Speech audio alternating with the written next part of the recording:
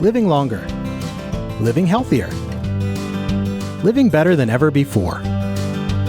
Welcome to Mountain Pacific's Healthy Living for Life, a weekly series that gives you the information, education, and expert insight you need to become an active participant in today's ever-changing healthcare climate. Here now is today's program host. Research shows lifelong learning benefits our overall brain health, and technology offers easy access to a world of information. So how can these two go hand in hand? Welcome to Healthy Living for Life, a show dedicated to helping you do just that. I'm your host, Beth Brown, and today we're going to learn what happens when technology and learning combine, and how that partnership can support brain health and healthy aging. Stay with us. Welcome back to Healthy Living for Life. Joining us this morning is Don Frederickson, who is the founder of the Senior Tech Club, and he's been on our show before, so thanks so much for coming back, Don. It's good to see you. You're welcome. It's good to be back. So you've built your career around technology and training older folks on technology. Can you just start by telling us a little bit about your journey and what got you to where you are? Well, I do have some gray hair, so the journey goes back a ways.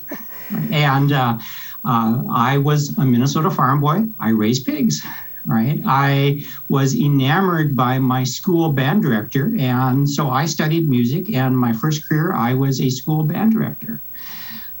I left teaching after discovering computers and became a computer trainer. A couple of entrepreneur opportunities. I joined corporate IT teams, became a leader, and today I am retired, right? I have this work optional program going on, but I'm trying to do some good, and that good comes in the form of helping the older adult community with their technology.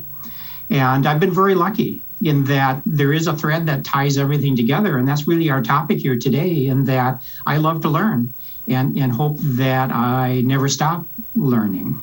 That's great. And so that is, I'm guessing, how Senior Tech Club came to be. Can you tell us about that a little bit? Sure. About 4 years ago, my company was acquired. And so I was outplaced along with almost everybody in corporate headquarters. And I decided to retire from corporate IT at that point. And as I was looking around, I was seeing my peers struggling with their technology, and particularly their smartphones, right? And they had these powerhouse devices that they were carrying in their pockets, but so oftentimes they weren't really leveraging all of the capabilities of those devices. And so I started teaching community education classes, but then I developed a website as I was looking to bring the learning online. And that's really where the seniortechclub.com website came to be. Today, I continue to do development online. I speak to groups about technology. I provide free training to our community. And in fact, right now, I'm in the 4th week of a free online class that has 110 students enrolled. Wow. Right? So I'm really having the time of my life learning and helping older adults with not only with their technology, but more importantly, helping them stay connected and engaged and really always learning. And that is so wonderful, because technology can be overwhelming, especially if it's something that you're not very used to using. So do you see that with older folks? Do they just get so overwhelmed they kind of don't even want to deal? It can happen. It is moving very quickly. I like to think of the advance of technology as being like an urban multi-lane highway, many lanes going in the same direction. Yeah. And on the left-hand side, you've got things that are moving fast, right? But that's probably not our community, right? Those are going to be those are likely going to be the digital natives, right? These are the people that grew up with the technology. Over on the right-hand side, you've got things that are moving a little slower, and that's where most of us probably occupy space. But the traffic is always moving, right? And so you don't want to get in the way. You don't want to try and stop it. That doesn't make any sense. And so what I try to help older adults do is to come onto that right lane, if that's where they fit, and then over time, help them merge to the left so that they can use these devices and leverage the capabilities of, particularly their smartphones. And older folks have seen such a change in technology over time. In my lifetime, I've seen such a change in technology over time. And you mentioned smartphones, for example. What are some of the common frustrations you hear from folks?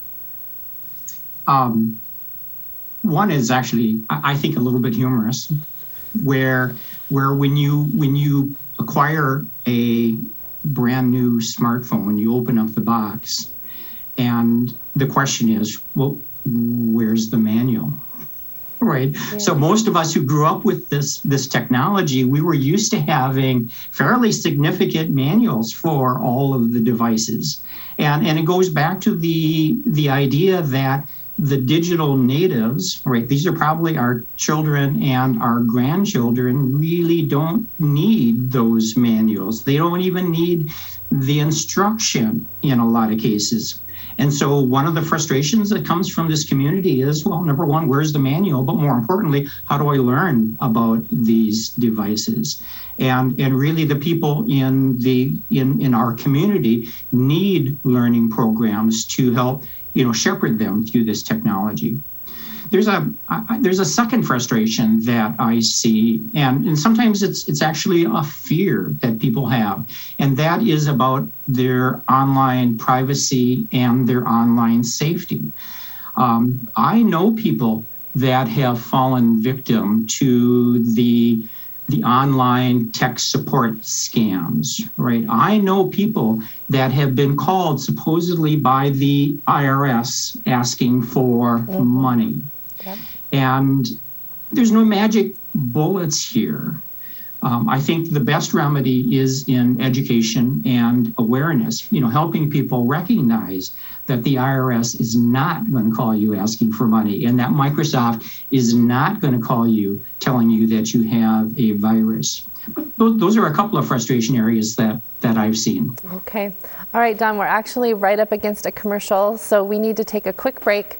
But when we come back, we're going to talk about our brains and learning and how those two go hand in hand and how our brains can learn and just how they function. So we'll be right back after these messages. Don't go away.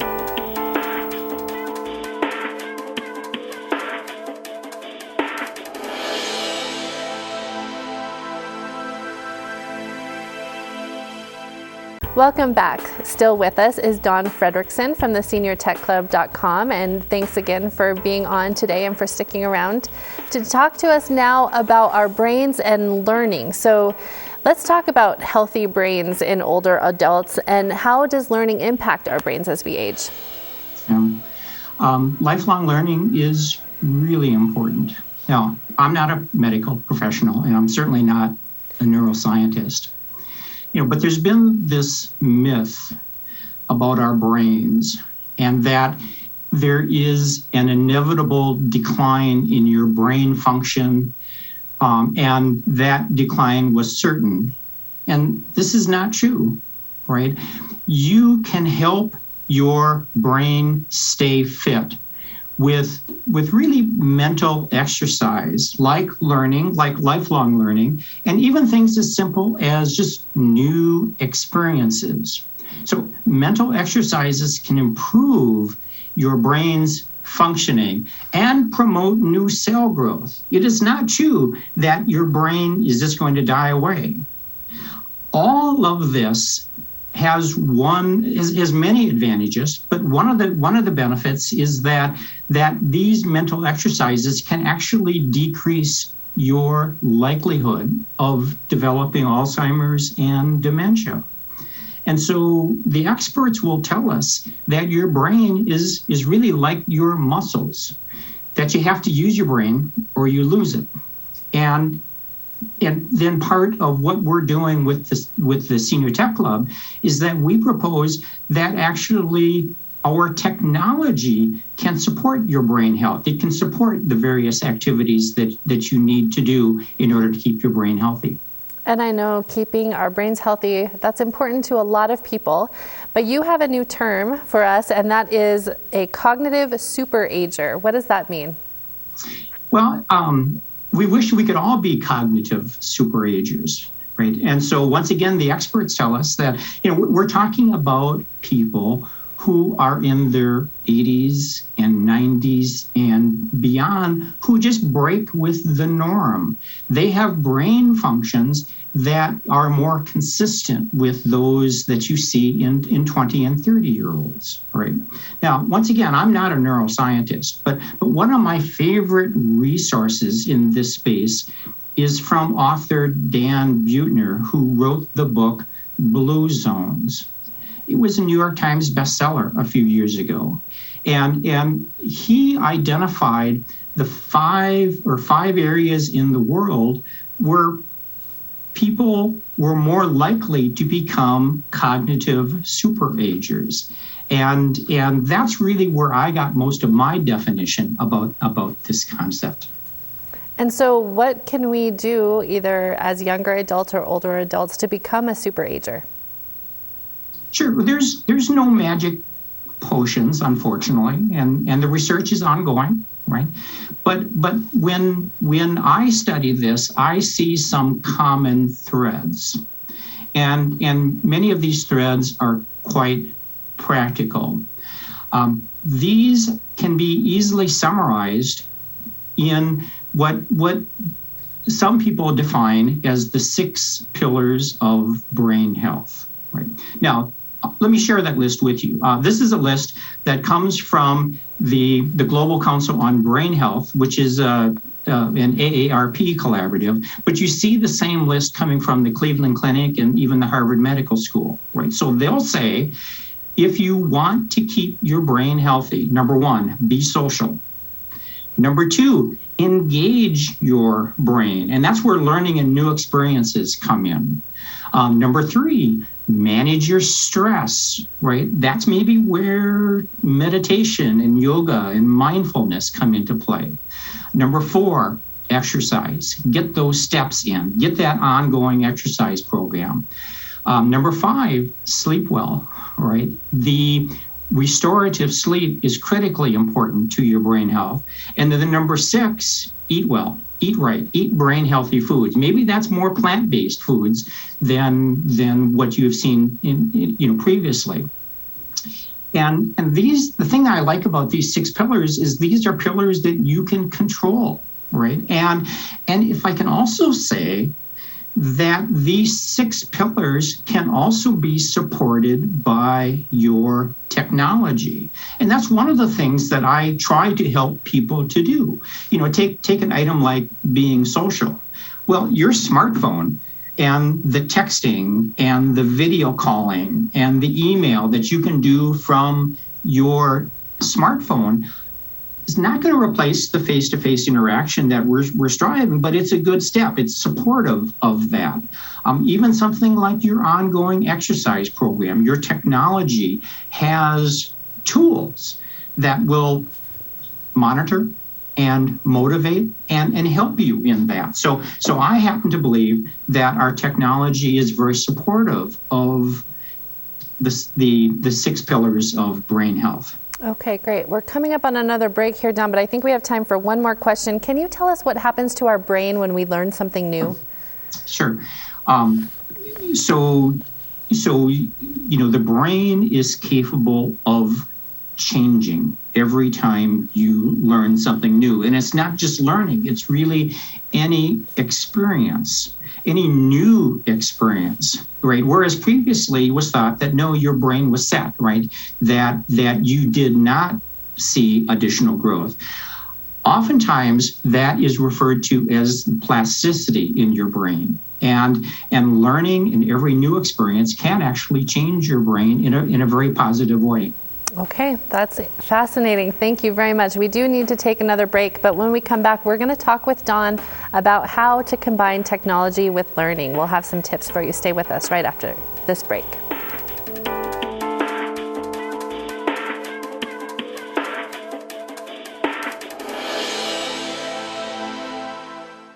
Welcome back. We're still chatting with Don Frederickson. And so Don, now I would like to talk a little bit specifically about technology. And we've touched on this a little bit, but what would you say are the pros and cons as far as learning and with older adults? And what does it look like when we combine technology and learning together?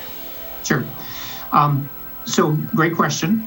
The experts, as we mentioned previously, the experts tell us that learning something new will benefit your brain. Right. And at the same time, when you read what the experts recommend, they will offer many lists, right? And on these list of topics, oftentimes you will hear music and languages, right? These are great activities, right? But I'd like to think that if you can learn technology too, not only is that a new language, so to speak, but it is a topic that can lead to new opportunities, even new opportunities to learn music, or even learn new opportunities to learn a new language. So combining learning and technology, in my mind, makes all kinds of sense, because not only are you learning a new language, but you're also creating new opportunities. Okay, yeah, that makes sense to me too. So how does technology support lifelong learning? So when you grew up in an era where learning was oftentimes associated with education or classes, right? You learned by going to a class, or you learned by going to school, right? But when you focus on this class approach, well, then learning always became an event that was associated with a specific date or even a specific room. Right? This is how learning took place traditionally. But today, these restrictions disappear when you're using online platforms or when you're using your technology. And the result is literally thousands upon thousands of learning opportunities that are not date specific and that are not tied to a specific room. Okay. So what are some of the different tools and platforms you can talk to us about when it comes to technology and learning? Sure. Well, so there are numerous, right? Let's just talk about using your technology. On your technology, you can read books, right? You can listen to podcasts as learning opportunities. You can use video, right? I tell people that you can learn almost anything that you want on YouTube, right? Whether it's something in your home or languages or music and so forth. And then you have many online platforms like Coursera or LinkedIn Learning. And there's even a few surprises, like if you go to the AARP website, you will find lots of learning opportunities from them. So there's an incredible number of learning opportunities that are really supported by your technology. What specific technologies can folks use to help support communication? You talked a little bit about that too, but let's talk about communication and just bringing more joy to a person's life. Sure. So one of the things that happened, over the pandemic is that so many things went virtual, right? And it started out very early on, even with churches, and pretty soon you had gatherings of friends. And so the point is that one of the elements that came out of this pandemic era is a certain facility with being able to meet and communicate online. Now, we all yearn for the opportunity to be face to face, but whether it's the video programs or whether it's the text messaging or the emails and so forth, your devices really do offer good support of being social. And we've talked a lot about the pros of technology. Are there ways that technology might actually hinder a person's learning, especially if they're not very tech savvy? It happens. I mean, I unfortunately, there are older adults who are just not able to, like even during the pandemic, we're not able to pivot to the online opportunities that became available. But I'd like to think that any older adult can start from wherever they are, right? You don't have to have a certain level of skills to come into this, right? So maybe it's with this smartphone, and maybe all you're doing is making phone calls, right? But then later you can continue to build upon these skills in order to expand your use of the devices. So I just say, start where you are, and continue to build confidence in handling your device. And over time, you would be surprised at what you can do. I have one favorite student who just had a smartphone, really had difficulty doing the typing. And she was in her 80s. She learned that she could do dictation. That's where she started from, but she learned that she could do dictation. And all of a sudden, she was dangerous with text messaging. That's awesome.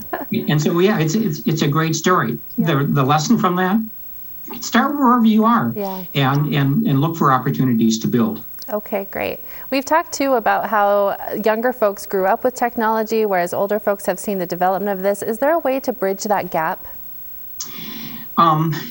Yes, there is. I mean, number one, it happens in families, right, where children and grandchildren are doing sharing. There are also, organizations that look to bridge those gaps.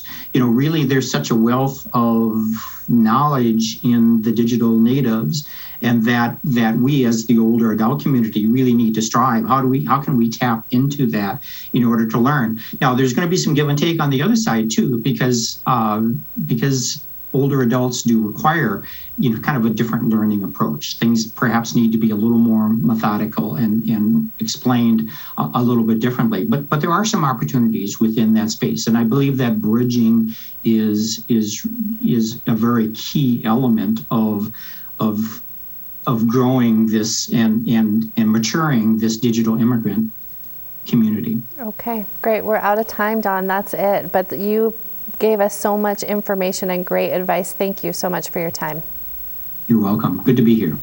And thank you so much for joining us. We hope you'll come back and see us again next week. Until then, stay fit, stay well, and stay healthy for life with Healthy Living for Life. Have a great week, everybody. Healthy Living for Life is brought to you by Mountain Pacific Quality Health in partnership with AARP Montana.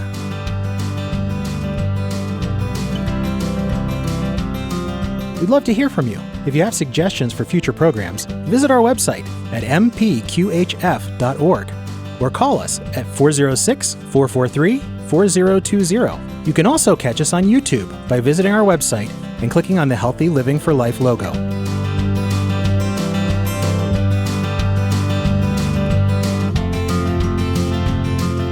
Production facilities provided by Video Express Productions.